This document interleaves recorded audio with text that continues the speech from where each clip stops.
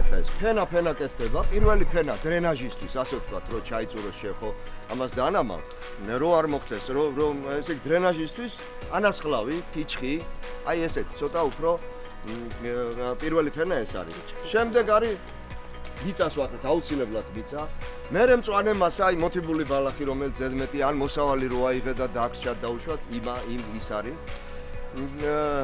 შემდეგ მოდის ნაკელი, აი ეს ნაკელი და ამას რამდენიმე ფენად იმეორებ. შენ რო ეს გავაკეთეთ, ამ რო გააკეთა. დაახლოებით აი ესე ამ სიმაღლეზე იყო. ეხლა ეს შიგნით ხდება პროცესი, ამის გადაწვა.